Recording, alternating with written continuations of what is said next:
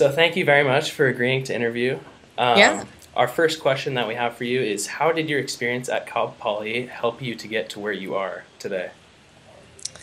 I would say that Cal Poly gave me a really, well-rounded education. I had the chance to do projects and kind of collaborative things with people that were studying things that were very different than mine. I mean, even within social sciences, I was meeting people who were studying anthropology or geography, and that provided me with a much more well-rounded approach. And I think that, when I was applying, people really noticed that and recognized that I would be able to work on more unique and diverse teams. Oh, awesome. Okay, so what kind of internships or work experience did you have that enabled you to get to your current position?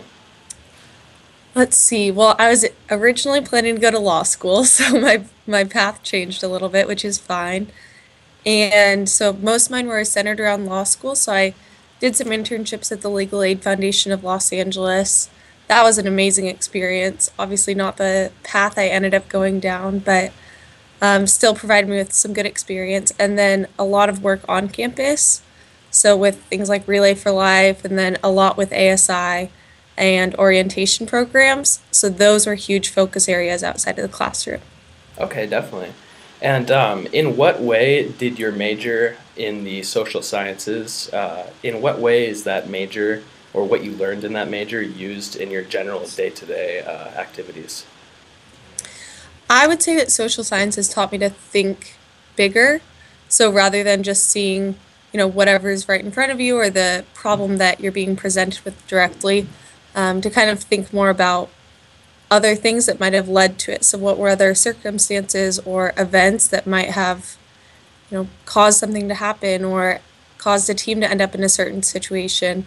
I think those are things that were pretty apparent throughout my time at Cal Poly. And with social sciences, you see like, okay, there's this social factor that might be impacting this person's place in life, which might impact their choices and things like that really translate into the working world where you can think a little bit bigger and really understand why things are the way they are. Definitely. Okay, and how did you best apply your social science skills in your career? Let's see. Well, working with people from different backgrounds is really important in social sciences and is a really important every day here at Microsoft. I'm working with people all across the country. I cover 14 states, and it's an industry, health IT and health technology is an industry that's very international. And so, although all of my work is within the United States, at least half the people I work with have moved to the United States. So, people from all different backgrounds who have studied different things. I think I use the things I learned in social sciences on a daily basis to figure out the best way to work with people from different backgrounds or different experiences than mine. Okay, awesome. What academic or non-academic skills would be valuable for a potential employee at Microsoft? I would say that employers are really looking for people who are willing to do more than just the job description. So if you're, going into marketing or going into HR or something, but you're not afraid to take on whatever problem the team might be having to tackle on a daily basis to get something done, that's what people look for. People that are willing to see things that might be, roadblocks in the future or might be holding the team back from accomplishing what they're doing.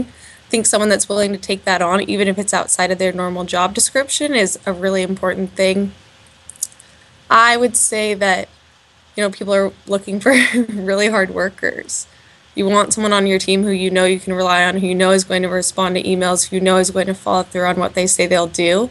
And you can kind of tell that about people pretty early on. So if you have the chance to show that in your academics or show that in internships, that translates really well into the working world. Okay, definitely. In your opinion, what is more important between grades or experience? Well, I'm a little biased, but I would say experience. My grades were, to be completely candid, my grades were fine at Cal Poly. They weren't anything stellar, but I really took a leap with the experiences that I had and outside of the classroom showing that work. Grades, of course, are really important, and a lot of employers won't even look at your resume unless you have a certain GPA. But I think going above and beyond just the classroom shows a certain level of initiative and hopefully leadership skills or just hard work that you're willing to go above and beyond. Okay, But I'm definitely. biased, as I said. I'm sure somebody with a 4.0 GPA would say differently. Yeah. Okay, moving on though, what do you feel like personally is your most valuable skill in terms of obtaining your current position at Microsoft? My most valuable skill. I think I'm a pretty quick learner, and that's I think that's pretty important here at Microsoft. We're constantly changing, and as a company, really trying to do some big things to change right now, which cause us to look at the industries that we're working in different perspectives, and learn the technologies really quickly, so that we can speak to not only what we've grown up with or what is existing in the world today, but also being able to look to the future and figure out where our customers are going and where our industry is going. So I think the ability to learn quickly has been really helpful for me and kind of bounce along with changes and keep up with where everybody's going. Okay. What work or internship experience do you think would be beneficial in progressing yourself towards this type of field? I would say the type of field I'm in would be difficult to get an internship in. It's just kind of specific. And so I think if you can diversify the internships that you're getting or diversify the extracurricular experience you're getting, that shows that you can pick up a skill or pick up an industry or pick up understanding of a topic more easily, and that would make you a valuable candidate. So if you're able to, try something in a research field and then try something in an office space and try something in a technology company, but showing that you can do all of those things and do them well, I think would show just about any employer that you can roll with the punches and succeed in the workplace. Okay. And our last question here is how important would you say that grad school is to attaining a better job than simply just acquiring a bachelor's degree? Yeah.